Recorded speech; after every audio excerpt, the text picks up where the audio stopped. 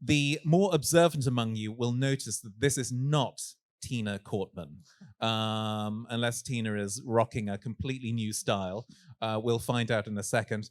But Tina from the esteemed Dutch architectural office, UNStudio, unfortunately had a skiing accident a few days ago and had to pull out. But her very capable colleague, Stefano Capranico, did I pronounce that correctly, your surname? Oh, perfectly. I need some. These holidays in Italy are paying off. He very kindly stepped in, so we're delighted to have him here for the first talk. And Stefano, I think I'll start with a bit of a biog of you, if you don't mind. So you are senior architect and associate at UNStudio.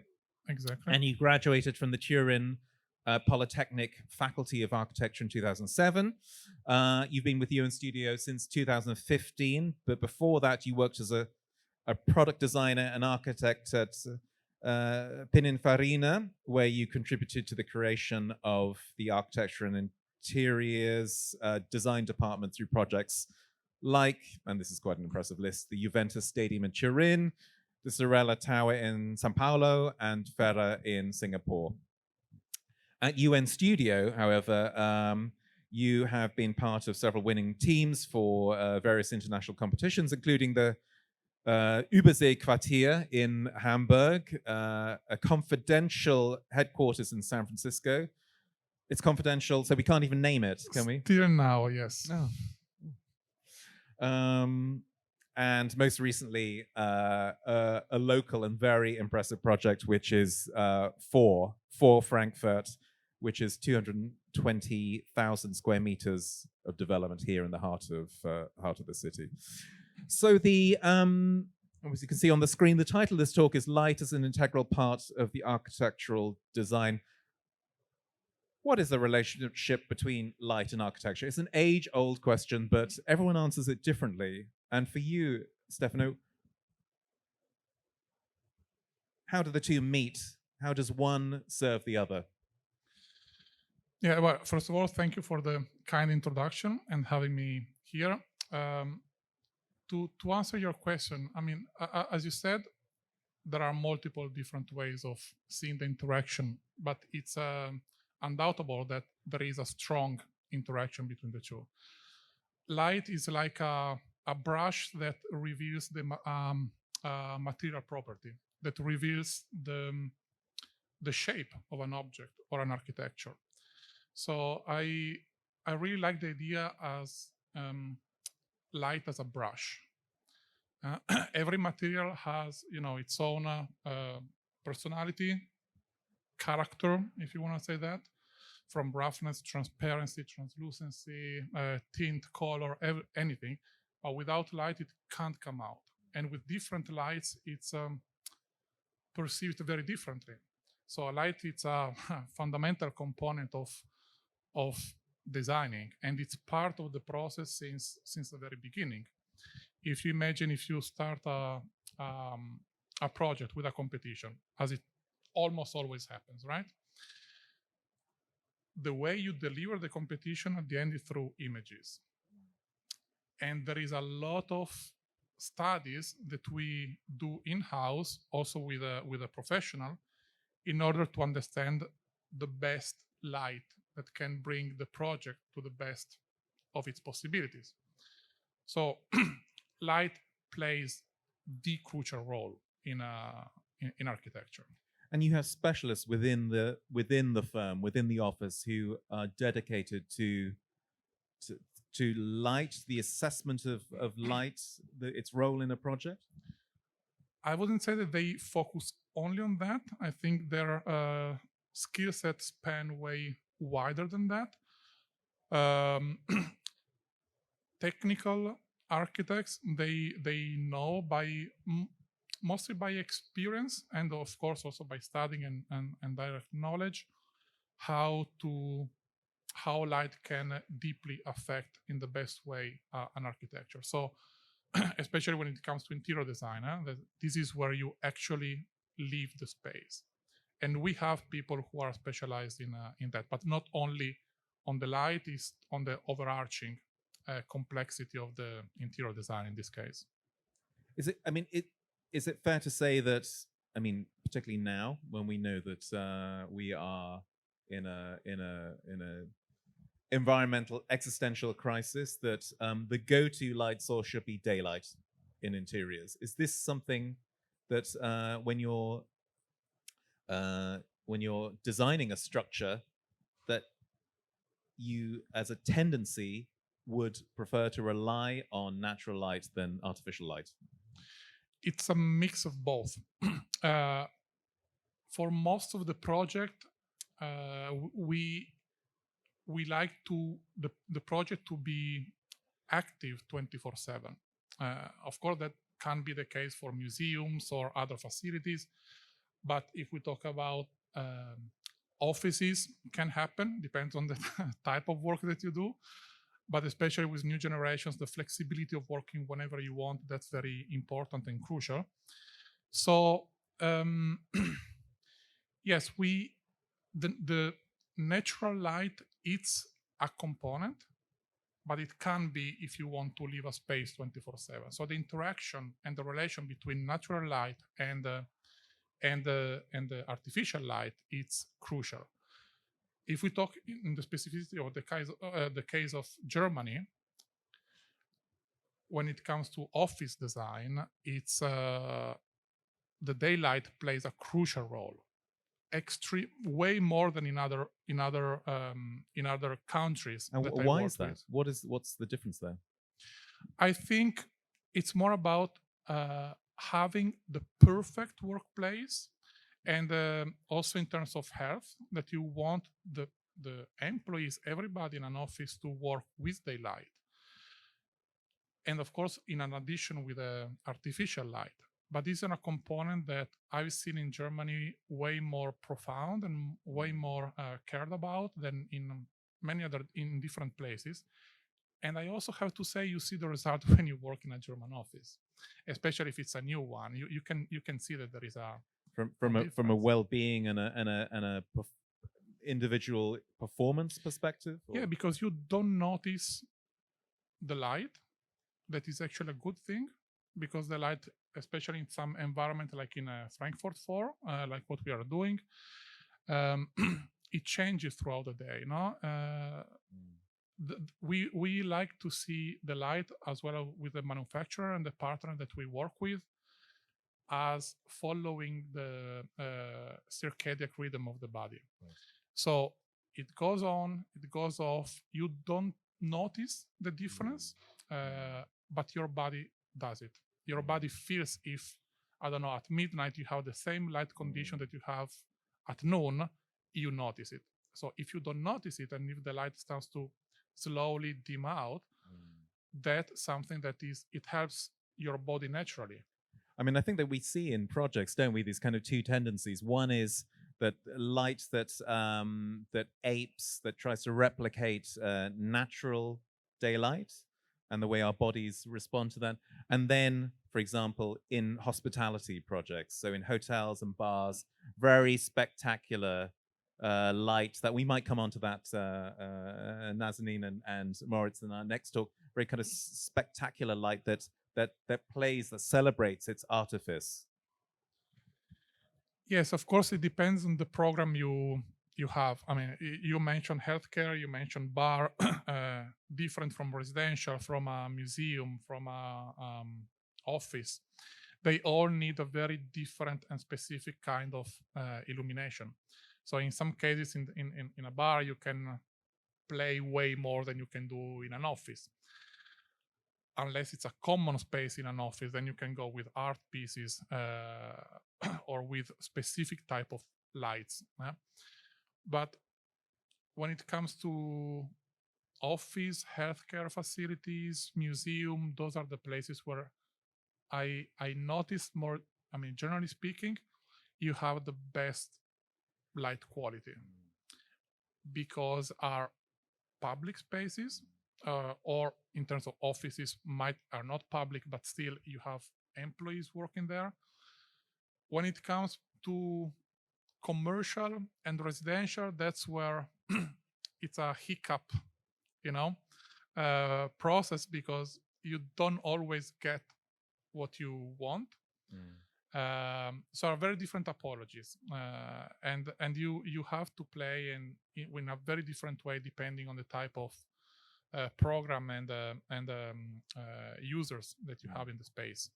I'm always interested about when in a project the architect specifies lighting products.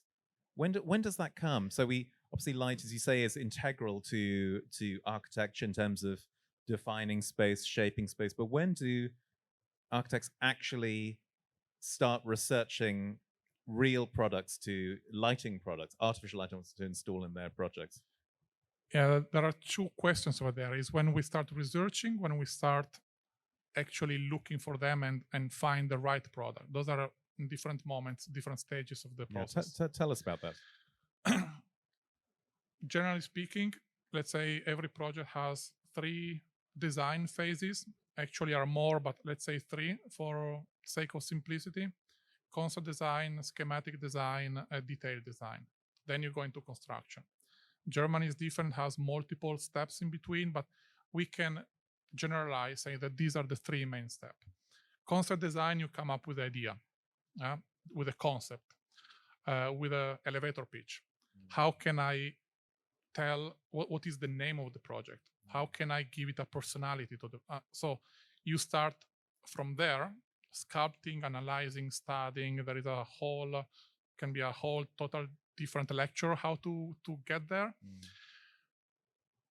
But that's the moment when the light starts to play a role in terms of enhancing the building, common spaces, interior if needed, and already how a building, if we talk about a skyscraper, for instance, how it looks like by day or by night. Then when you go into, and in this phase, you don't actually start looking for light features, not yet. It's you don't even know if you are going to move on to the next phase. When you go into schematic design, that's where you have to narrow down the possibilities and start developing. So you reduce the range of options and possibilities, and you start to focus more on the final product. And in this phase, you start selecting more deeply materials, and you already start thinking about what kind of a light you want to have.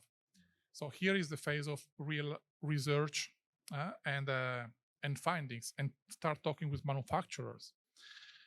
And then when you go into detailed design, that's when you have all the Excel file with all the light feature, with the cost, with the typology, with the color, these endless files where you start to put together also numbers. So these are mainly the step, again, in a generally speaking, because then it's way more deep. And I won't embarrass Stefano, but I'm sure he uses Architonic for this process. Oh yeah, absolutely. Absolutely good. Glad I briefed him before this talk. But where do architects go wrong then, do you think, sometimes? Do you it is fair to say that architects have a very broad frame of knowledge. There are people out there who, and I'm sure some of you here today are lighting specialists, lighting planners, lighting consultants. That relationship between the architect and the lighting planner, does that always work well? Have you actually worked on projects where afterwards you felt like, okay, we didn't actually get this right in terms of artificial lighting? Yes, when the light planner was not involved. Right. That answers that question. They serve a very clear purpose. Yes, absolutely. And it's a bit of a pity that sometimes I think one of the main problems is to involve the light designer or a light manufacturer too late in the process, in a moment when you can't actually make the right adjustment or changes anymore because you are too advanced and it takes too much time to redo what you might have done without a specialist. So I think that would be probably the main problem. They should be involved from, if we talk about these 3 steps, 3 phases of the design process. Definitely, they should be involved from the second one. At the beginning of the second one, you should already involve them. Yeah. And is it the lighting specialists, the lighting planners who bring to you the knowledge about the latest technologies in lighting, or do you in-house? How do you keep up to date with innovations? It goes both ways. Of course, manufacturers are way more into the topic. They know the latest trends. They also can foresee. They understand where they want to go. Especially the big one, going from a traditional to futuristic approach in terms of lighting. We have in many collaborations, like with Zumtobel in this case 404, and Bartenbach, who was also the light designer who helped on the 4 project. There should be from both ways open-minded approach in order to evaluate things that might not be possible at the moment. And I think that's the key of making a successful product. So it's a collaboration. For sure, light manufacturers know way more about the details, the numbers, the typologies of the light. And that can be a pro and a con sometimes, because if your knowledge is very deep, you might lose the zooming out effect, looking at looking in advance in the future. Not that they don't do it, absolutely. But sometimes having someone who is not directly on the field can give that, during a brainstorming, that crazy idea that everybody laugh about, but then you think about it and you say, okay, but probably we can do something about it. And that's how sometimes you can push a product. So I think it's a collaboration, but it wouldn't be possible without the light manufacturer. Without the expertise, yeah.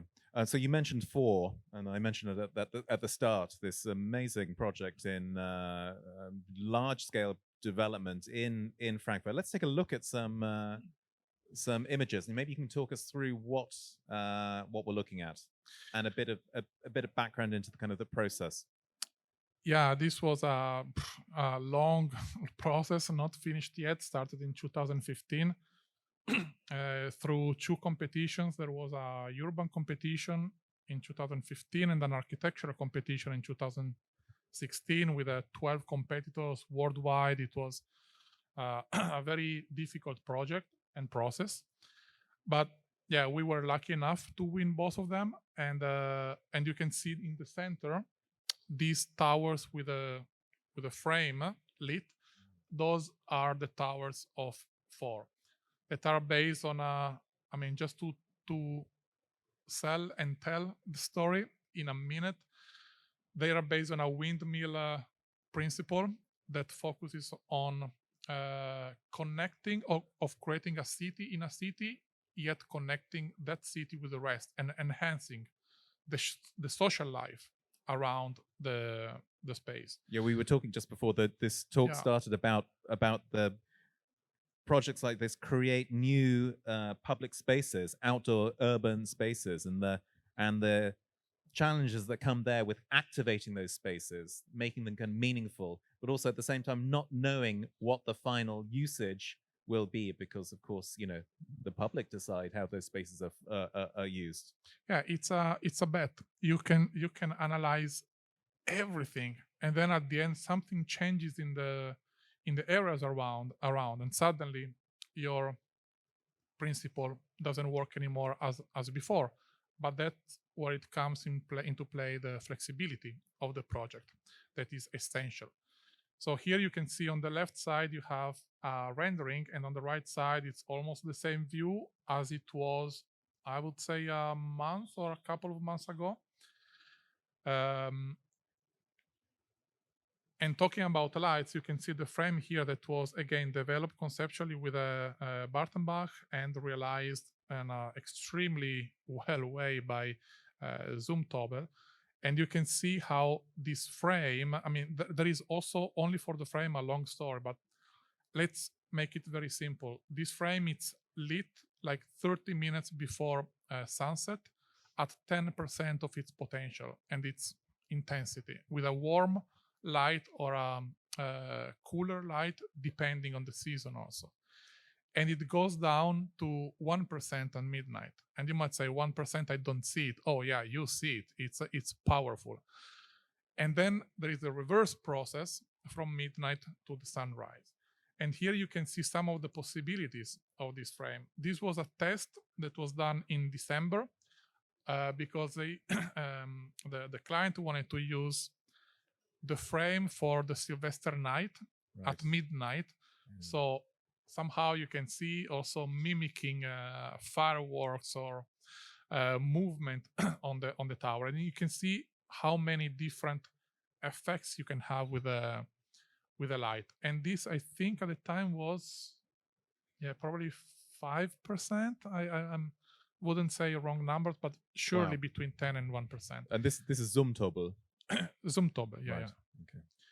And here there is another video. You can see how, if you imagine also this one with a fog, and you see this light disappearing into the clouds, it has quite a scenic effect.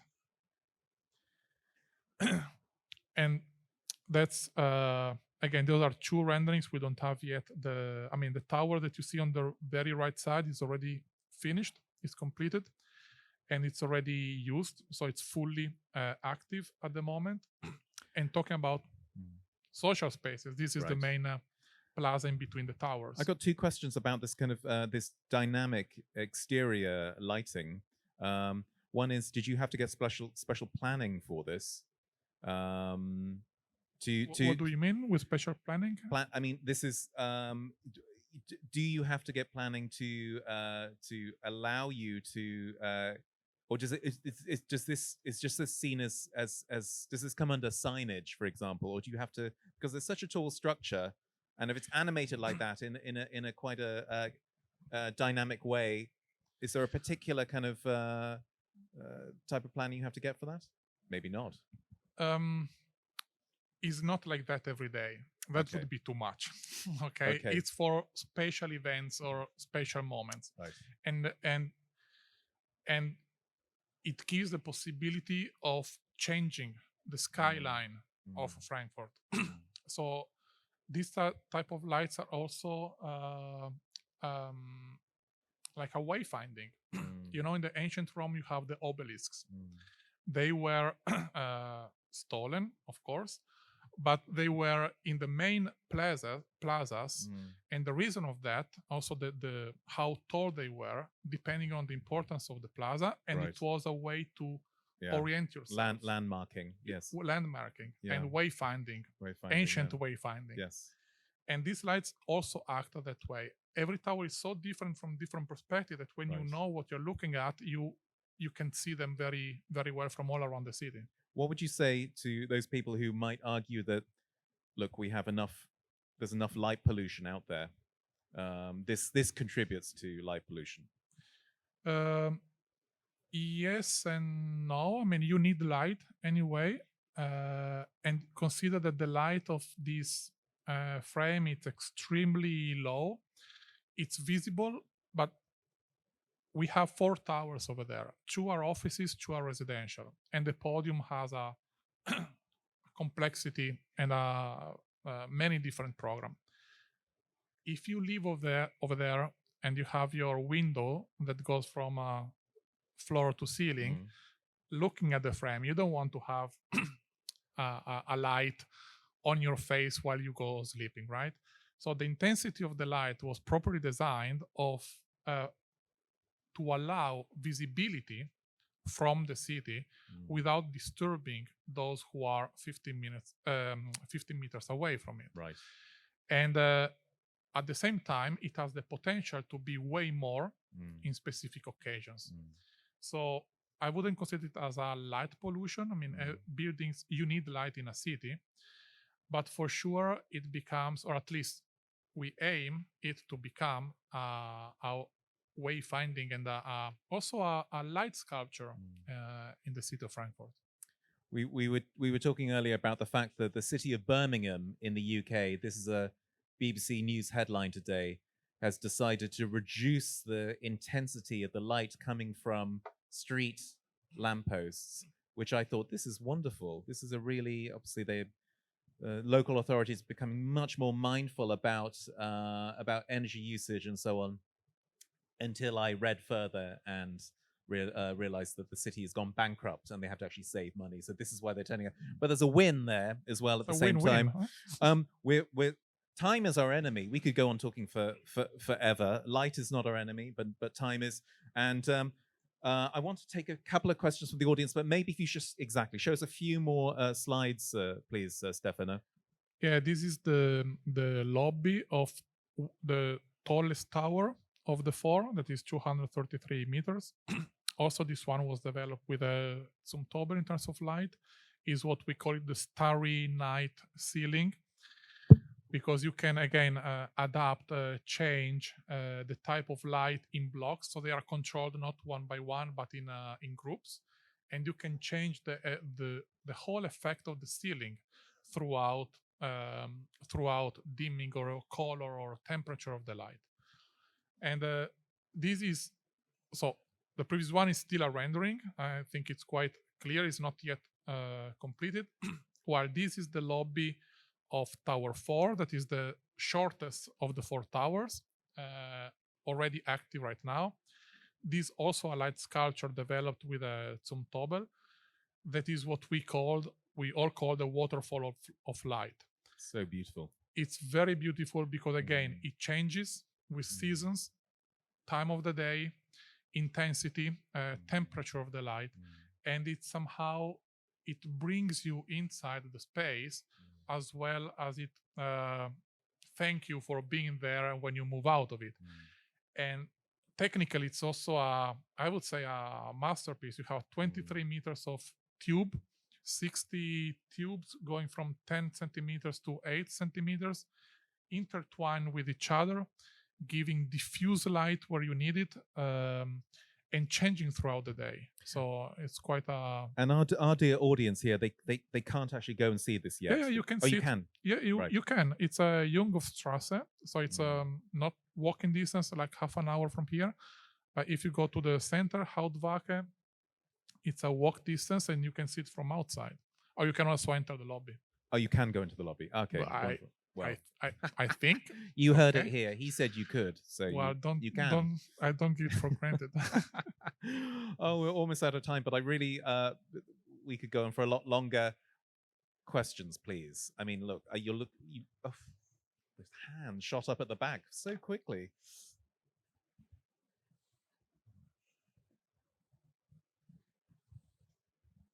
Thank you. Hello. My first question is, because I've got a friend who's a light designer, he does just light, but you design the buildings and the light. Is this correct? Well, we don't design the light fixture. That absolutely not. We collaborate with companies, like in this case, Zumtobel or Bartenbach, to develop a concept. So that's the type of collaboration. And they are, of course, the specialists in order to bring it to life. And I saw a lot of round organic shapes. Is there a certain reason? Is the light better with these shapes, or? Sorry, can you repeat? I couldn't hear very well. I saw a lot of round organic shapes in the buildings you showed. Is there a certain reason to it, because the light flows better in these shapes, or is it just trend, or what? Well, okay, we like the concept of flowing with the light. So in this case, these four towers are also related to the different elements. That was another part of the concept. So this tower here is the tower of water. That's why this light installation and light sculpture became the waterfall. So of course you need to go into smooth lines and not, but there are parts in the building that you actually don't have that in the office. That they are just corner light, because you can't do that everywhere. Just have to be you need to place smartly and wisely with curves, and elements are not always easy to be realized also. Thanks for your questions. Great. Yes, super. This will have to be our last question, unfortunately, but. Thank you. I work with the manufacturing part for dynamic lights, and often we see the lighting specification. It's all on one page. The light that needs engineering, like if it has dynamic RGB, pixel, it does require a little bit more attention, especially like you said, if you catch it too late in the process, then it's harder to um, to change To implement it, yeah. Exactly. So is there a possibility to separate from the lighting specifications or the lighting schedules, like a special type of lighting, more than just the type of lighting that you would have, like pendants or pots or everything else? Okay, if I understood your question correctly, I would split into two main categories. Let's say the lights that you need to have in order to actually work, for instance, in an office tower. So the light fixture that you have in the office, in the corridors, in the elevators. And I would split that from what are the sculptural lights, like what you have in a, like in this case, or in the previous case when you in the lobby. This one, they need a lot of time to be developed. I think that if you go with something that is on the market, in the first case, so when you go into the office or the elevators or the lift lobbies, then in that case, probably the process can be, I would say, probably faster if you go with something that exists on the market. But if you want to develop something with a light manufacturer, that's a totally different story. You need really to start involving them as soon as possible in the process, because otherwise you run out of time. The costs become too high and unbearable. So I think probably I would split into these two categories. I don't know if this answers actually your question. Yes, it's on the lighting schedule. Like I think the lighting schedule likes to have all the lighting on that same category, let's say. I just find that when it's architecturally, like on the exterior, especially of the building, it requires attention to details. If it's going to be controlled a specific way, it does require more attention to details. Being able to talk to the architect is important before the building is too far gone, like a too far build. Yeah. So, but we sometimes have a difficulty to be in contact directly with the architect, because it has to go through distributors, it has to go through the general contractor, and then it kind of gets lost in translation while we try to get involved with the architects. And that happens indeed. We were probably on this project also lucky enough with a client and all the management team, because we actually started involving the light designers. In that case was Bartenbach already in 2016, if I'm correct. So after winning the competition, a few months after, we already started to open the discussion. So that was already quite some time ago, and I believe you can also see it from the result, because you can see that it didn't come at the last moment, but it was planned throughout the whole process and very well integrated with the building itself and the skin of the building. I hope that answers your question. In part, maybe you can connect and discuss it further. You've been a fantastic audience. Thanks so much for your attention and your input. I've been Simon Keane-Cowell from Architonic, and of course, this has been Stefano Capranico from UNStudio. Big round of applause for the man himself. Thank you very much. Thank you. Thank you, guys.